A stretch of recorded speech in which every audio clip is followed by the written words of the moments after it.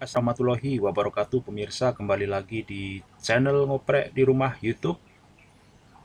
Kali ini saya akan membahas cara menggunakan osiloskop yang ditujukan untuk keperluan testing radio ya. Ini lebih ke ham radio oleh Harry Lidal SM0 VPO Victor Papa Oscar. Jadi di sini kita akan menjelaskan tentang bagaimana kontrol secara umum osiloskop dan juga penggunaannya seperti basic operation, juga membahas tentang osiloskop input, Lisa-Jones figure, wobulator, spectrum analyzer, modulation monitor yang berhubungan dengan probes, dan semuanya akan kita bahas di sini satu persatu.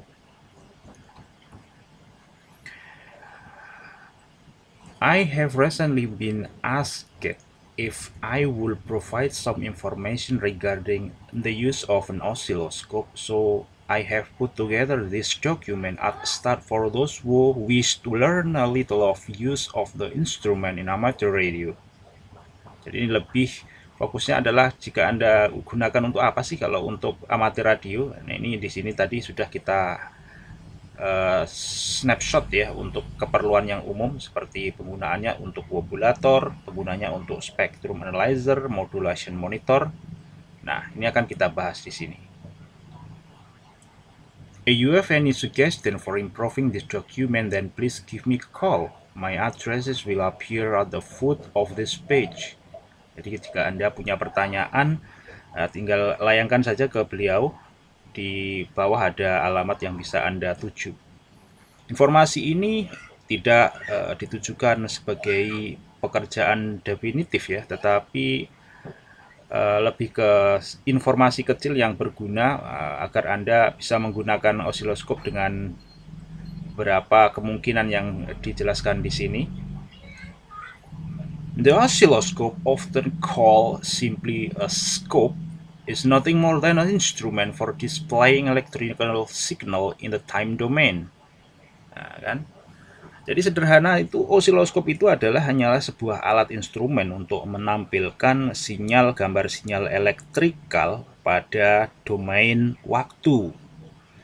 Dengan kata lain, Anda bisa melihat bentuk gelombang padanya.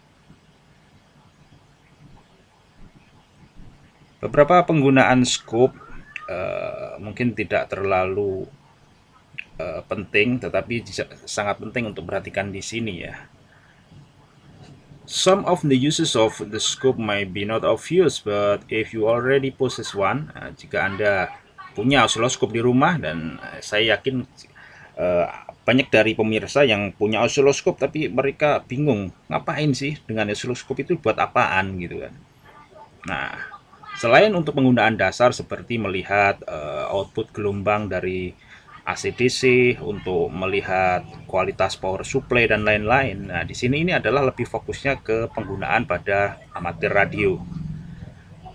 Then you will most probably regard it as the most useful tool on your workbench. Nah, jadi Anda akan menghargainya. Kemudian ini akan berguna sebagai alat yang sangat berguna bagi Anda di meja kerja ngoprek Anda ya. Controls. Basic features of oscilloscope is shown below. Saya suka itu daripada bahasanya Harry Lidal ini lebih mudah dipahami dan humanis, dan tidak terlalu spesifik ke teknis ya, tapi gayanya nyantai dan ya dengan mudah gitu kita bisa pahami gitu. Dan seperti ini nih ini adalah bentuk dari osiloskop umum ya. Di sini ada layar, kemudian ada pengatur brightness, focus, gratitude, kemudian ada trace A atau A plus B atau B, kemudian ini adalah channel A dan ini channel B, kemudian ini pemilihan untuk input trigger, apakah trigger ini di trigger dari channel A, apakah dari B atau dari luar. Di sini ada time base. Di sini juga ada division per centimeter. Ini tentunya berbeda ya, tentunya ini banyak di osiloskop tentunya beda-beda, tetapi hampir semuanya sama. Di sini ada trigger level, kemudian di sini ada input level untuk A dan B. Kalau yang kita pahami secara umum itu kan pertama adalah ada ini ya, time per division, ada volt per division, sorry maaf. Jadi volt per division biasanya kalau 2 channel ya 2. Kemudian itu adalah fungsinya adalah untuk menyesuaikan level sinyal, di situ ada atenuatornya. Kemudian time per division itu akan berlaku untuk ini, untuk time base-nya itu berlaku untuk channel X tentunya, agar kita bisa menempatkan time base berapa agar kita bisa melihat sinyal dengan baik.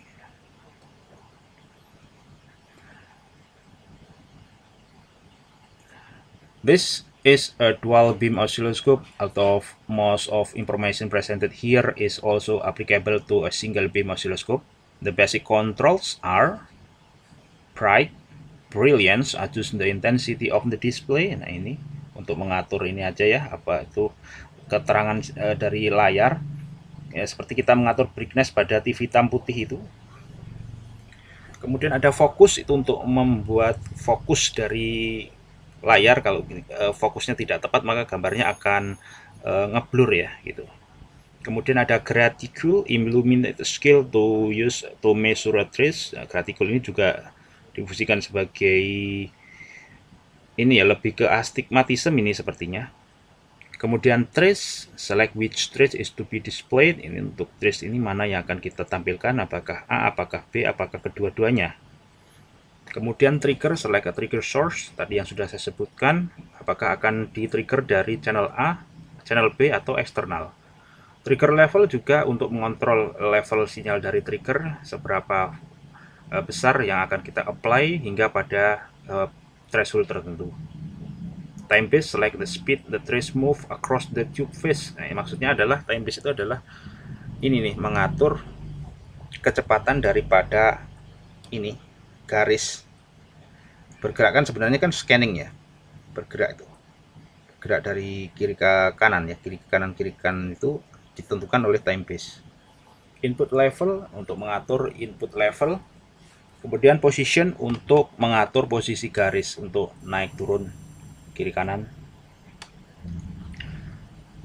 The scope will also have an input socket for each input panel situated on the front of instrument ya, seperti tipikal semua oscilloscope. Kemudian there will be most probably more control on your scope, and I will try to cover some of this later on. Nah, di sini jelaskan fungsi dari brightness menurut beliau nih ya. This is self-explanatory. It is control the intensity of the display. It well worth remember that one cannot execute screensaver program on an oscilloscope, so leaving the scope with a high brilliance will certainly burn the trace into the tube face. You must leave your scope switch on for any length of time, then turn the brilliance controls down. Jadi brightness-nya itu jangan terlalu terang ya, karena itu akan merusak fosfor gitu. Focus, the focus control is also quite self-explanatory, but most scopes seem to adjust single spot for a short horizontal to a vertical line. A single horizontal line is therefore not the best waveform to adjust the focusing. This is the best done while viewing a waveform. Jadi fokus itu kalau kita gunakan pada saatnya ya. Kalau kurang fokus maka tinggal Anda putar-putar saja untuk potensi fokusnya. Graticule, scale illuminate scale to measure a trace. This is usually just a clear plastic sheet placed over the tube face and show matrix of 1 cm squares. By comparing the matrix with the waveform, it is possible to measure such things as frequency and voltage. If this control is turned down, then the scale will not be seen. Oh iya, graticule yang dimaksud di sini adalah kotakan itu, kotak-kotak yang ada di layar. Nah, itu namanya graticule itu. Trace or channel, select which trace to be displayed. There are usually 2 or more selection possible. A, select A only, single channel. B, select a B only, single channel. A plus P, select both trace A and trace B dual channel and add both channel input are added and displayed as a single trace. Trigger level. A trace displaying a waveform without the use of trigger will roll in much the same ways as the TV horizontal hole set wrongly. Jadi trace itu adalah menampilkan bentuk gelombang tanpa menggunakan trigger, di mana dia akan berputar sama seperti pada horizontal TV yang disetting pada horizontal TV hole yang set wrongly itu yang settingnya salah gitu. Trigger action will stop trace from starting until a determined part of the waveform occurs. This will make each step of the tube phase occur in exactly the same place and the display will appear to be stationary. Nah, kalau misalkan sudah tepat untuk trigger levelnya, maka kemudian garis dari trace itu akan diam. Sama yang seperti sudah saya jelaskan di konsep pengertian osiloskop yang banyak saya bahas di channel ini. The trigger level control used to select the point of the waveform. Trigger level untuk mengontrol di mana akan kita tepatkan ya untuk waveformnya. Trigger selector select a trigger source. Most dual beam scope may be triggered from either channel A or channel B. Many oscilloscopes have the facility to trigger from an external source. In this case, its extra trigger input on the front panel will be provided. Time base, the spot travel across the screen of tube may be varied by means of the time base selector switch. Nah, time base ini adalah menentukan kecepatan daripada trace dari kiri ke kanan. This calibrated in second, millisecond, or microsecond, dan bahkan ada yang nanosecond ya, mikro ya. Input level adjust the input level of each channel so that trace display will fit on screen. This switch calibrated in volt per centimeter, volt per division maksudnya input level. Position, set vertical location of the trace on the tube so that display position it in a manner or more comfortable to read. For example, you might wish to set 0 volt to critical mid position for AC measurement or to the bottom of the tube face for DC measurement. Jadi untuk position Y itu kalau disarankan, dan saya juga mengikuti apa yang ada di sini, itu kalau untuk mengukur AC sebaiknya ditengahkan di posisi tengah sehingga akan jelas. Ini kan namanya AC itu kan naik turun nih seperti ini. Nah, ini diposisikan di tengah seperti ini. Kalau DC Anda tempatkan di bawah atau enggak satu gratikul ini, satu kotak di atas ini sehingga kelihatan nih. Kalau DC kan seperti ini. Kemudian basic operation by way of example, connect LED to channel A input, then hold with your bare hand the center conductor of the wire. Ini maksudnya memasukkan jack dari probe kita ke BNC itu.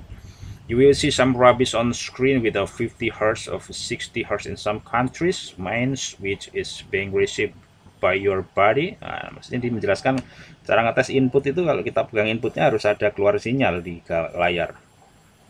Set time base to 10 millisecond per division, then channel A input level to setting that does not go off the screen. Ya, biasanya praktikal untuk agar bisa melihat 50 Hz, 50 Hz dari frekuensi jala-jala PLN itu gampangnya Anda tepatkan di 10 millisecond per division ya untuk time base-nya. Nah, dengan melakukan pengaturan itu kemudian Anda akan melihat seperti ini bentuk dari ininya.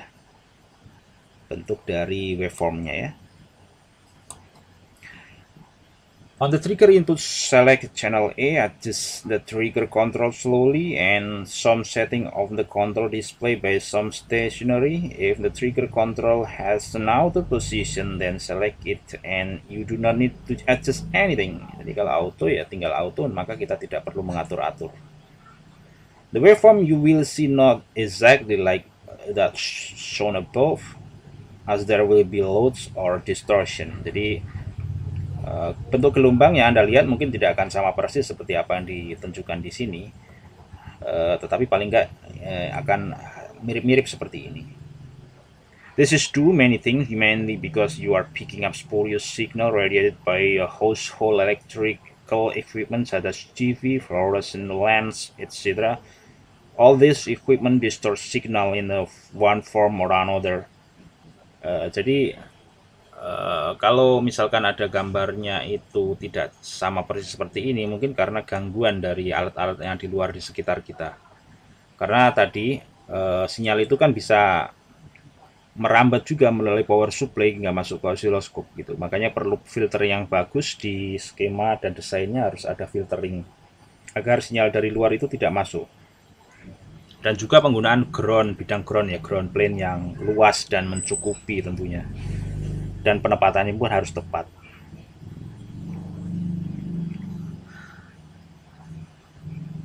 Kemudian dari sini ini membahas seperti ini. Untuk yang lain-lain lebih spesifik, ini akan saya langkahi. Kemudian oscilloscope input. Input impedance of oscilloscope is very high, so it will not load a circuit under test ya, karena kebanyakan dan hampir semua oscilloscope itu dirancang pada impedansi input 1 mega ohm pada 22 pf. Jadi itu untuk menjamin bahwa kita melakukan pengukuran maka tidak akan membebani sirkuit yang akan kita ukur gitu. Kalau membebani kan tentunya mungkin saja kekuatan daripada sirkuit kita itu juga terlalu lemah.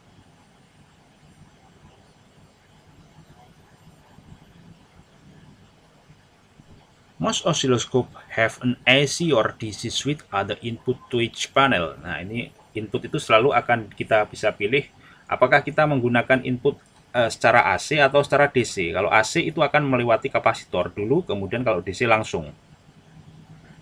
Jadi sebaiknya disesuaikan dengan tipe sinyal yang juga Anda ukur ya.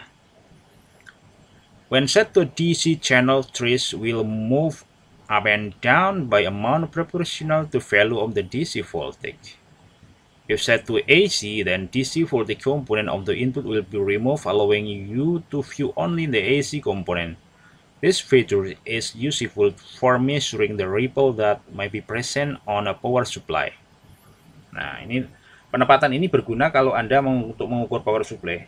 Itu sangat penting. Kalau misalkan power supply, kalau kita ukur akan beda ini antara kita posisikan input secara AC ataupun input secara DC.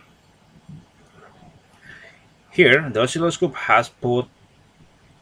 It is input connected to the DC output of a homemade 12-volt DC power supply. Maksudnya ini unit trace B is set to 5 volt per division DC and only single is display. Artinya kita melakukan pengukuran seperti yang disarankan seperti gambar ini. The horizontal line will have moved up the tube face by just over 2 cm, but it is strike and show no deviation. Ini untuk yang output ini ya. Karena untuk yang B ini kan dapatnya DC, ini harusnya seperti ini. Kemudian kalau A ini kemana nih? A, maka dia akan ada trace-nya. Sudah saya jelaskan pada cara penggunaan untuk mengukur baik itu AC, DC atau DC sebelum dipasang kapasitor tapis dan sesudah kapasitor tapis itu beda. Itu Anda bisa cari di koleksi video saya di channel Ngoprek di Rumah YouTube ini, cara sederhana mengukur power supply yang hanya terdiri dari dioda dan kapasitor.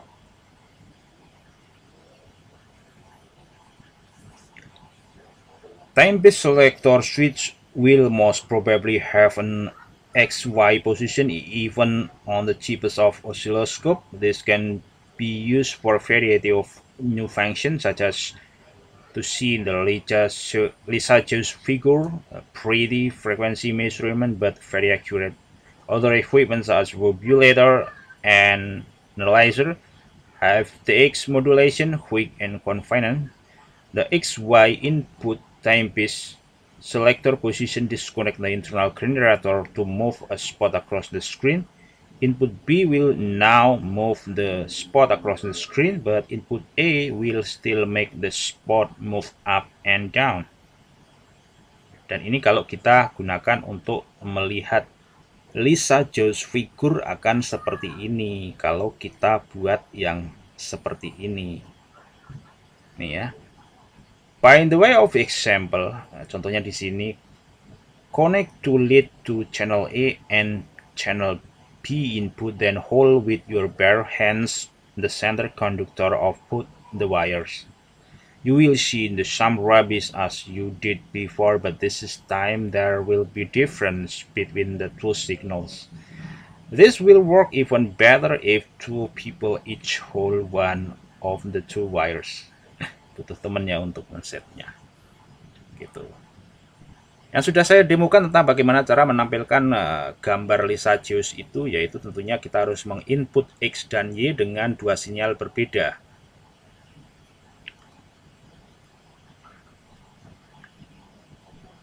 If two signals were perfect sine wave and differed by exactly 90-degree phase, then you will see in the following waveform. Nah, kalau dua sinyal yang berbentuk sinus murni dan berbeda secara fasa sebesar 90 derajat, maka Anda akan melihat seperti ini, ada bulatnya. If you access to AF sine wave signal generator, then connect an RC circuit to one input and a share circuit to the other input of the scope. Nah, ini adalah cara untuk menampilkan Lissajous figure secara sederhana ya. Seperti ini skemanya. Anda tinggal bisa buat seperti ini. Now notice the circle slope changes as the frequency is altered. If the phase were to constantly change slightly different frequency, then you will see the square block formed by moving image changing from left sloping line, a circle, a right sloping line, a circle, then back to a left sloping line again. Nah, kurang lebih seperti itu. If two sine wave were to differ in frequency by exactly 2.1, then you will see something like this. Nah, ini sudah saya praktekkan ini di cara menampilkan Lissajous figure yang di osiloskop review dari Tandar SC110 itu yang tepatnya. Di situ saya tampilkan bagaimana cara menampilkan gambar Lissajous ini secara praktikal. Notice that the vertical plane x-axis is equal with the channel 2, then the only peak but the horizontal plane. X-axis is channel 1, there are two peaks. Channel 1 therefore twice the frequency of the channel 2. With other frequency combinations, the waveform may become more complex. For example, 3 compared to 2, 8 to compared to 3, 2 compared to 5, etc. Jadi ini gambarnya akan berbeda-beda gitu kalau misalkan proporsinya berbeda seperti ini. Apakah 3:2, 8:3, atau 2:5. Osiloskop dihubungkan seperti ini. Kita akan bahas bagaimana agar osiloskop fungsinya sebagai wobulator. Many circuit has been published for wobulators. Wobulator generate a varying of radio frequency that move in sympathy with a sawtooth or triangular waveform. If the sawtooth is applied to the Y horizontal input of the oscilloscope, the RF signal can be applied to X vertical input via receiver AF amplifier, tuned circuit, filter, etc. The vertical axis will then give a display on the frequency response of the amplifier. Oh, caranya begini ya. Jadi harus ada sumber ini gelombang kotak sawtooth yang dimasukkan ke Y. Kemudian RF masuknya yang dari apakah itu IF amplifier itu dari ke X. Nanti akan saya praktekkan ini. Melalui input via receiver IF amplifier dari keluaran IF, kemudian akan muncul gambar wobulator. Ini saya harus memakai cara ini untuk melihat ini ya hasil demulasi hasil demodulator AM atau FM. Here you can see that the left hand peak is not quite as high as the right hand peak, which is mean that EF response is not perfect. Nah, di sini nih kalau bisa ini harus ditempatkan. Jadi fungsinya ini hampir sama seperti spectrum analyzer tapi yang sempit gitu. Jadi seperti ini. Most single beam oscilloscope have a time-based output which can be used to make a voltage controlled oscillator sweep through the frequency of interest. Kebanyakan dari oscilloscope mempunyai output time-based yang dapat digunakan untuk membuat VCO pada frekuensi yang Anda inginkan. I will posting a simple wobulator circuit soon. It has been tried and tested over a number of years. Coba nanti kita cari nih mana yang dimaksud oleh Harilidal di sini, Om Harilidal di sini, bagian wobulatornya ini. Saya ingin tahu seperti apa sirkuitnya. Harusnya sederhana. Spectrum analyzer. Nah, ini penggunaan osiloskop sebagai spectrum analyzer. Itu dibutuhkan seperti ini ya. Untuk blok diagramnya. Jadi ini input, ini adalah receiver, kemudian masuk di sini ada low pass filter 40 MHz, masuk ke mixer, kemudian kita harus punya VCO, kemudian ada time base. VCO ini harus keluar time base, kemudian masuk ke input Y. Kemudian untuk input A. Input A itu diinput dari detektor setelah keluaran dari EF amplifier yang dari mixer seperti ini. Ini prinsip HF spectrum analyzer ini coba nanti akan kita pelajari lebih lanjut, tapi paling nggak kita sudah memberikan gambaran umum. Kalau ini digunakan untuk modulation monitor ya, ini sangat gampang sekali. Jika Anda punya pemancar AM nih, agar kita bisa tahu kualitas modulasinya secara spektral daripada osiloskop, maka tinggal dibuat saja seperti ini. Input mic itu masuk ke Y, kemudian X-nya ini diinput dengan frekuensi yang kita tangkap dari dekat antena. Ini tidak dikonek langsung, tetapi hanya disenderkan saja dari output. Nanti akan kelihatan harusnya seperti ini. With the setup above, you will see a trapezoidal waveform something like this. Oke, nanti akan kita praktekkan ya. Apakah betul kalau kita pergunakan mic maka akan keluar seperti ini. Nah, ini juga bentuknya seperti ini. Ini ada di sini berarti CW. Oh, ini untuk CW ini, untuk aplikasi Morse ini. Kemudian di sini dijelaskan lagi yang gambar seperti ini.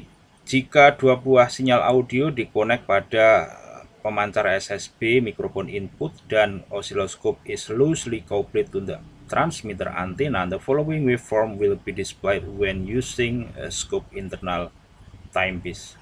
Nah, kita coba bagaimana cara menampilkan apa yang dimaksud di sini, baik untuk AM, Morse, CW, atau juga untuk SSB.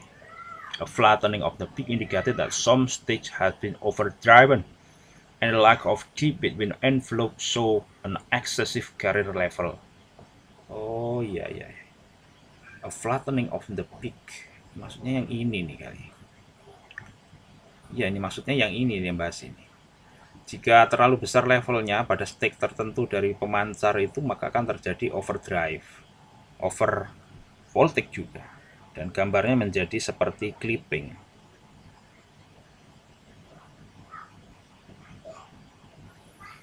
Probes. Ini adalah membahas tentang probes. Probes itu ya itu input yang kabel itu, tapi kan itu bukan hanya kabel saja, kemudian ada cantolan, itu input itu di dalamnya ada adjusternya, ada rangkaian kompensasinya berupa kapasitor, trimmer, dan juga resistor. Oscilloscope probes are pretty neat thing. They can be armed with a plethora of clips, hooks, other assorted paraphernalia. Nggak tahu maksudnya apa. Terus pokoknya maksudnya input oscilloscope itu bisa kita modif segala macam gitu. One of the most common widget in a commercial scope probe is resistive voltage divider that increase the maximum voltage ring of the oscilloscope. Nah, kita bisa membuat agar bisa digunakan ini, apakah ini 100:1 atau 10:1, saya ngerti ini. Ini berapa banding berapa ini yang dia omongin di sini nih. Unfortunately, they use coaxial cable, even the expensive one, although no one of them are cheap. A coaxial cable possesses capacitance, therefore the capacitance is placed across any signal feed into your expensive scope, and this will have an effect of waveform display. Consider a simple resistive voltage divider used with a bit of coaxial cable, a diagram below. Jadi disarankan dia membuatnya seperti ini ya, kalau kita mengalami agar hasil yang ditampilkan itu sesuai. Nanti kalau tidak dikompensasi karena kapasitas yang ada di kabel probe-nya itu, maka gambarnya akan nggak jelas. Nah, ini dijelaskan di sini, ini untuk apa yang dimaksud ini secara spesifik. In correction capacitor is correctly selected, then the waveform will look like waveform A. Many oscilloscopes have 1 kHz square wave reference output for calibration purposes. The waveform is usually 1 volt peak to peak, so oscilloscope display should be 1 cm high using the 1 volt per centimeter input level setting. If your oscilloscope does not have a calibration output, then you can easily build one using a CD4060 IC as an oscillator or divider from a 8192 kHz crystal. Jadi ini kita bisa membuat ini ya, ini sederhana, ini adalah untuk kalibrator 1 kHz gelombang kotak dengan cara menggunakan ini harus ada kristal 8,192. Ini kristal ini gampang ditemukan, kemudian kita gunakan CD4060 ini sebagai divider, dan keluarnya di sini kemudian akan berupa gelombang kotak. This circuit has added advantage that there are also other output at much higher frequencies up to 1.024 MHz, 1024 MHz, for even more accurate HF correction of your homebrew scope probe. And finally, I hope that this short page have given you a little food for thought, and that even the more experienced operator has learned something. If you think I have forgotten anything basic or important, then please send me email. Ini kalau mau Anda tanyakan lebih spesifik ke beliau. All constructive suggestion will be gratefully received. If you have any complaints, then please address them to easymoney@con.argis.ins or any other spammer will you hit. If you need suggestion, then I will gladly send you a few addresses. Have fun. The Harry Lidl SM0 Victor Papa Oscar from Lunda, Sweden. Jadi maksudnya begitu. Jadi Anda bisa akses di sini ya untuk halaman ini.